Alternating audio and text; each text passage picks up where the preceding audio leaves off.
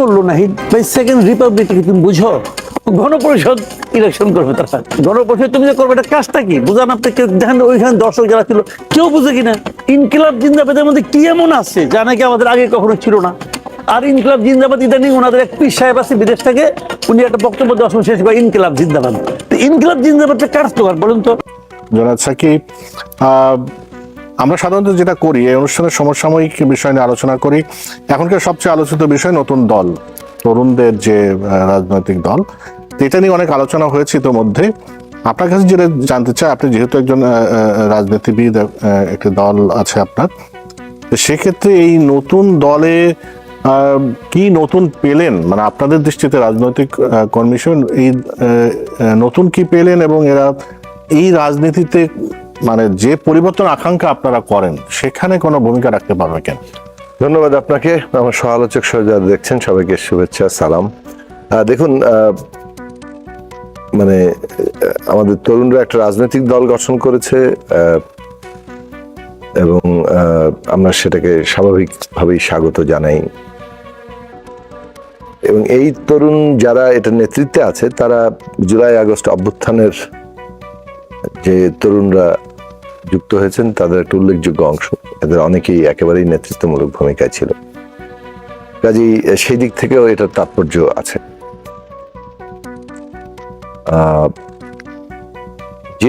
আমি অনুষ্ঠানে গিয়েছিলাম, ফলে যে রাজনৈতিক বক্তব্য নিয়ে তারা সামনে এসছেন সেটাও আমি বলবো যে অনেক দিক থেকেই আমরা সেটাকে সমর্থন করি।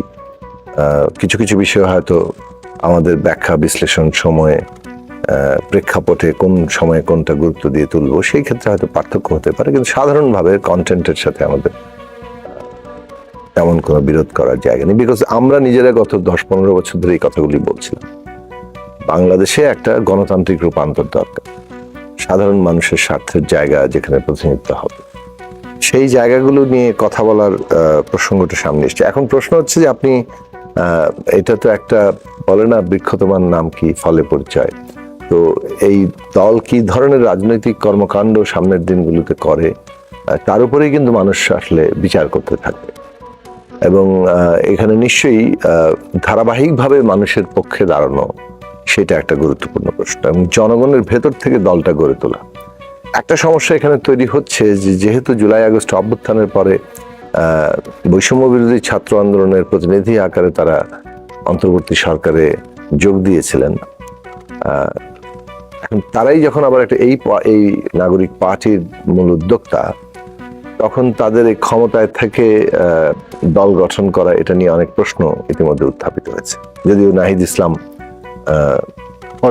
পদত্যাগ করে সেই দলে যোগ দিয়েছেন, কিন্তু মাহফুজ আলম কিংবা আসিফ মাহমুদ এরাও কিন্তু এই দলেরই গুরুত্বপূর্ণ অংশ। এটা ঠিক রাগঢাক করার কোনো বিষয় নেই। ফলে তাদের সরকারের থেকে যাওয়াটাকে এক ধরনের সরকারি পৃষ্ঠপোষকতা অভিযোগ উঠতে পারে। তো সে কারণে আমাদের দিক থেকে আমরা সবসময় বলেছিলাম যে আমরা তরুণরা একটা দল গঠন করছে, এই দলকে তো আমরা স্বাগত জানাই, এবং দল যাতে কোন রকম এই ধরনের প্রশ্নের মধ্যে না পড়ে, জনগণের ভেতর থেকেই এই দলটা গড়ে উঠছে, তরুণদের ভেতর থেকে সেই জায়গাটা যাতে স্পষ্ট থাকে, সে কারণে তাদের একসাথেই সরকার থেকে পদত্যাগ করে রাজপথে আন্দোলনে দল গড়ে তোলার কাজে নিযুক্ত হওয়া দরকার। তো সেটা নিশ্চয়ই তাদের ভাবা দরকার খুব গুরুত্বের সাথে। এটা যদি তারা বিবেচনায় না নেন তাহলে কিন্তু অপরাপর রাজনৈতিক দলগুলো এই প্রশ্ন তুলবেনি, এবং এই প্রশ্নটা তখন একটা যৌক্তিক ভিত্তিও পাবে। তো এটা গেল একদিক। কিন্তু আরেকটা হচ্ছে যে এই কর্মকাণ্ডের মধ্য দিয়ে যেটা মানুষের প্রত্যাশার জায়গা, যে আমরা একটা গণতান্ত্রিক রাষ্ট্র বিনির্মাণের প্রশ্নটা তুলেছিলাম। এইটা বাংলাদেশে আমাদের গণসংহতির পক্ষ থেকে যদি বলি, আমরা আমাদের প্রতিষ্ঠাকাল থেকে এই লক্ষ্য নিয়ে রাজনীতি করছি।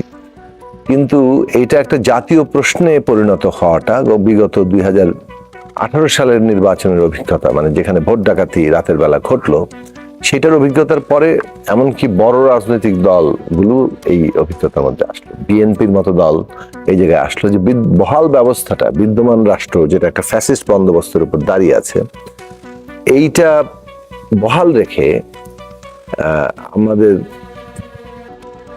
আর কোনো নির্বাচন, কোনো ধরনের গণতান্ত্রিক চর্চা এটা সম্ভব হবে না।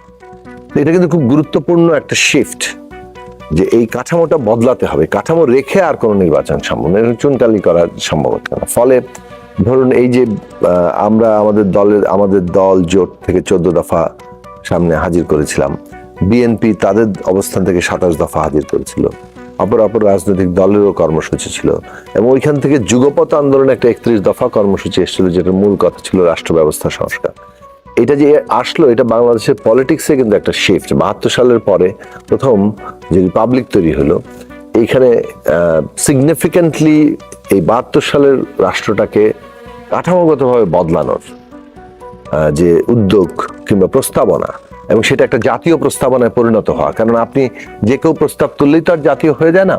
এটা যখন দেশের বৃহৎ রাজনৈতিক শক্তিগুলো এবং একটা উল্লেখযোগ্য অংশ যখন তোলে, তখন সেটা একটা বড় বিষয়ে পরিণত হয়। এবং সেটা ঘটেছিল যখন দেশের প্রধান রাজনৈতিক দলগুলো এই ধরনের রাষ্ট্র ব্যবস্থা মৌলিক কাঠামোগত পরিবর্তনের প্রশ্ন তুলেছিলেন। এটা গেল একটা শিফটের জায়গা। সেই থেকে আমাদের একটা নতুন নির্মাণের প্রশ্নটা আছে। কিন্তু এই নতুন নির্মাণের ক্ষেত্রে একটা বলে আমি শেষ করব, সেটা হচ্ছে যে দেখুন, জুলাই আগস্টের অভ্যুত্থান মানে যেভাবে হয়েছে, এটা কিন্তু কোনো একক দলের নেতৃত্ব হয়নি। হ্যাঁ, বৈষম্য বিরোধী ছাত্র আন্দোলনের যে কোটা বিরোধী আন্দোলন থেকে এটা একটা রাজনৈতিক রূপ ধারণ করেছে, কিন্তু সেই প্রেক্ষাপট যেমন আগে এবং পাটাতন যেমন আগে তৈরি হয়েছিল, প্লাস এই আন্দোলনের মধ্যে কিন্তু সাধারণ মানুষ, রাজনৈতিক দল, শ্রেণী পেশা, সকল সংগঠন, ব্যক্তি অংশ নিয়েছেন, এবং প্রত্যেকেই স্টেকের দিক থেকে যথেষ্ট গুরুত্বপূর্ণ স্টেক। এখন এইটাকে আপনি ঠিক একক দল ক্ষমতা দখল করলো, সে সমস্ত রাষ্ট্রের উপর নিয়ন্ত্রণ কায়েম করলো, বিদ্যমান রাষ্ট্র ভেঙে দিয়ে নতুন রাষ্ট্র নির্মাণ করলো, বল প্রয়োগের শক্তি তার তৈরি হয়ে গেল। এই সব কিছুর মধ্যে দিয়ে একটা বৈপ্লবিক একটা মানে জায়গায় ঘটে, যে তার একটা ফুল প্রাধান্য সৃষ্টি হয়, সেটা কিন্তু এর মধ্যে ঘটেনি। এখানে একটা সম্মিলিত ব্যাপার আছে, সর্বসম্মতের ব্যাপার আছে। অন্তর্বর্তী সরকারকে সবাই সমর্থন দিয়ে একে একটা সরকার হিসেবে প্রতিষ্ঠা করেছে। কাজেই এইটার এই যে সর্বসম্মত রূপটা, মানে কনসেনসাস, সকলের মধ্যে সমঝোতা, বিশেষত আন্দোলনকারী শক্তির মধ্যে, এটা খুব গুরুত্বপূর্ণ এর বৈশিষ্ট্য। এইখানে এই বৈশিষ্ট্য বজায় রাখা, অর্থাৎ রাজনৈতিক উত্তরণটাকে কনসেনসাসের ভিত্তিতে সম্পন্ন করার কাজটা খুব প্রয়োজনীয়। না হলে একটা দ্বন্দ্ব সৃষ্টি হবে এবং সেটা হয়তো সংঘাতের রূপ নিতে পারে। কাজে এইখানে আমাদের এই কনসেনসাস বজায় রাখার ক্ষেত্রে যে জাতীয় ঐক্য দরকার, সেটাতে ও কি ভূমিকা রাখছে মানে তরুণদের দল, সেটাও গুরুত্বপূর্ণ একটা দেখার বিষয়।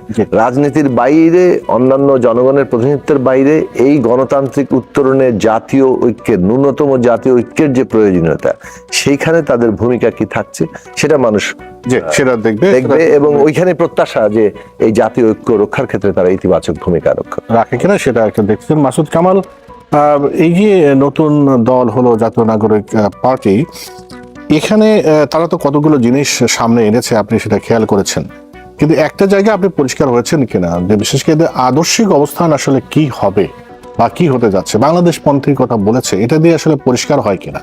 কারণ আমাদের দেশে যে অপর যে রাজনৈতিক দলগুলো আছে, আমরা আওয়ামী লীগের একটা আদর্শিক অবস্থান জানি, বিএনপির আদর্শিক অবস্থান জানি, জামাতের আদর্শিক অবস্থান জানি, বামপন্থী দলগুলো একটা আদর্শিক অবস্থান জানি। এদের আদর্শিক অবস্থানটা পরিষ্কার হলো কিনা, বা এরা আসলে এই নতুন যে রাজনীতির কথা বলছে সেখানে কতটা ভূমিকা রাখতে পারবে বলে আপনার মনে হয়? মানে যে কথাটা জুনায়েদ সাকিব বললেন, আসলে পজিটিভ নেগেটিভ সবই তো আছে। ছোট মানুষ একটা দল করছে, আমি তাদের কিন্তু মানে আপনার আন্ডারমাইন করতেছি না, বাট আমি মেধার দিক দিয়ে তাদেরকে ছোট মানুষই বলবো। তারা দল করবে এটা তো আমরা শুনতেছি আজকে 2-3 মাস ধরে, এখনো তারা দলের একটা গঠনতন্ত্র করতে পারে নাই। মানুষ তো প্রথমে চিন্তা করে যে একটা গঠনতন্ত্র হবে, তারা কি কতগুলি মানে খুবই মানে এই টাইপের চমক সৃষ্টিকারী স্লোগান নিয়ে আসছে, আর কিচ্ছু না। এই দলের কোন রাজনৈতিক আদর্শ কেউ জানে না, ওরা নিজেরাও জানে না। তারা নিজেরাও কয়েকটা শব্দ জানে, এবং এই শব্দগুলি প্রয়োগ কি, এই শব্দগুলি কি অর্থ বহন করে তাও জানে বলে আমার কাছে মনে হয় না। এবং তাদের মধ্যে কিছু কিছু আমার কাছে মনে হয়েছে যে একটা জনবিচ্ছিন্ন একটা ভাব আছে। যেমন আমি একটা এক্সাম্পল দিয়ে বলি, এখানে যারা গিয়েছে, যারা ইয়াং গিয়েছে, ওদের সঙ্গে আলাপ করে দেখেন কি বললো নাহিদ। বলবে আমরা সেকেন্ড রেভলিউশন করবো, সেকেন্ড রিপাবলিক করবো। ওকে ফাইন, তারপরে আপনার ফলোইং কোশ্চেন, ভাই সেকেন্ড রিপাবলিকটা কি তুমি বুঝো? বুঝে না, কেউ বুঝে না। ওখানে জিজ্ঞাসা করেন যারা ওখানে ছিল তাদের মধ্যে কয়জন লোক সেকেন্ড রিপাবলিক বুঝে? যদি না বোঝা ভালো, ভালো কেন জানেন? না বুঝলে পরে স্লোগানটা দেওয়া যায়, বুঝলেই তো প্রশ্নটা ওঠে, ভাই সেকেন্ড রিপাবলিক কেন? সেকেন্ড রিপাবলিকের কোন বাস্তবতা দেশে এই মুহূর্তে আছে? রিপাবলিকটা কখন হয়েছিল, কিভাবে হয়েছিল, কি গুণগত পরিবর্তন তোমরা করতে চাও? আচ্ছা, এ পর্যন্ত তারা তো 6 মাস ধরে প্রায় আধা ক্ষমতায় আধা রাজপথে আছে, তো তাদের আচার আচরণ কর্মকাণ্ডে কি গুণগত পরিবর্তনটা আপনি দেখছেন? আপনি আমাকে ভাই বুঝান, তাদের আচার আচরণ এবং কর্মকাণ্ডে কি এমন গুণগত পরিবর্তন আপনি দেখছেন যা আপনি আগে কখনো এই দেশে দেখেন নাই? দেখাতে পারবেন? পারবেন না। 3 জন লোক মন্ত্রী হয়েছে, মন্ত্রী তো বলবো উপদেষ্টা হয়েছে, তারা অন্য অন্য উপদেষ্টাদের চেয়ে কি গুণগত চেঞ্জটা তারা করতে পারছে তাদের মিনিস্ট্রিতে? ওদের জীবনযাপনে কি পরিবর্তনটা তারা দেখাতে পারছে? হ্যাঁ, গাড়ির মডেল চেঞ্জ হয়েছে, দামি দামি ব্র্যান্ডের কেটস পরছে, ব্র্যান্ডেড জ্যাকেট পরছে, এগুলো দেখছি। এই তো পরিবর্তন। এই পরিবর্তন তো আগে হয়েছে। পরিবর্তনটা কি? What is second Republic? যত লোকে এই রিপাবলিক করতে বুঝে তার চেয়ে 10 জন লোক ইন্ডিয়ার একটা রিপাবলিক চ্যানেল নামে একটা ফালতু চ্যানেল আছে, হই হই করে যাত্রার ভঙ্গিতে ওঠেছি নি। রিপাবলিক বুঝে না রে ভাই, বাংলাদেশের মানুষ কেমনি বুঝবে? তার তো কোনো বাস্তবতা এখানে নাই। তারা নতুন কি বলছে, আমি একটা কথা বলি, গণপরিষদ ইলেকশন করবে তারা, ঠিক আছে? এই জিনিসটা কি জিজ্ঞান যে কাউকে জিজ্ঞাসা করেন, ভাই এটা কামটা কি? গণপরিষদ তুমি যে করবে এটা কাজটা কি বুঝান আপনি? দেখেন ওইখানে দর্শক যারা ছিল কেউ বুঝে কিনা? কেউ বুঝে না। তৃতীয় আরেকটা করছে নতুন জিনিস, কি ইনকিলাব জিন্দাবাদ। এই জিনিসটা কি? এই জিনিসটা কি? ইনকিলাব জিন্দাবাদের মধ্যে কি এমন আছে যা নাকি আমাদের আগে কখনো ছিল না? নতুন নতুন শব্দ আমদানি করা। ইনকিলাব নামে একটা হিন্দি একটা মুভি ছিল, অমিতাভ বচ্চন আর শ্রীদেবী অভিনয় করছিল, ওটা দেখছিলাম। ইনকিলাব, বাংলাদেশে একটা ইনকিলাব নামে একটা পত্রিকা আছে, বাংলাদেশের মানুষ এগুলি চিনে। আর ইনকিলাব জিন্দাবাদ ইদানিং ওনাদের এক পীর সাহেব আছে বিদেশ থেকে, উনি একটা বক্তব্য দেওয়ার সময় শেষ করে ইনকিলাব জিন্দাবাদ। এই দেশ থেকে নানা রকম দুর্নীতি করে পলাইছে আর ইনকিলাব জিন্দাবাদ করেছে। এই তো ইনকিলাব জিন্দাবাদটা কার স্লোগান বলুন তো? ইন্ডিয়ার যে কমিউনিস্ট পার্টি আছে ওদের এই স্লোগানটা ওরা দিত একসময়। এই স্লোগানটা ওরা দিত। আমাদের স্বাধীনতা মানে 47-এর যুদ্ধ, স্বাধীনতা যুদ্ধ, সেখানে কেউ কেউ যুদ্ধ। পাকিস্তানেও এই স্লোগানটা আছে, ইন্ডিয়াতেও আছে, পাকিস্তানেও আছে। আমাদের দেশে থেকে যত লোক ইনকিলাব জিন্দাবাদ বলে তার চেয়ে অন্তপক্ষে 50 গুণ লোক ইন্ডিয়া আর পাকিস্তান ইনকিলাব জিন্দাবাদ বলে। আবার না হিসাব বলে আমরা ভারতপন্থী হবো না, পাকিস্তানপন্থী হবো না, ভারত আর পাকিস্তান থেকে স্লোগান নিব। এই হলোটা কি? এইগুলি হলো কি জানেন?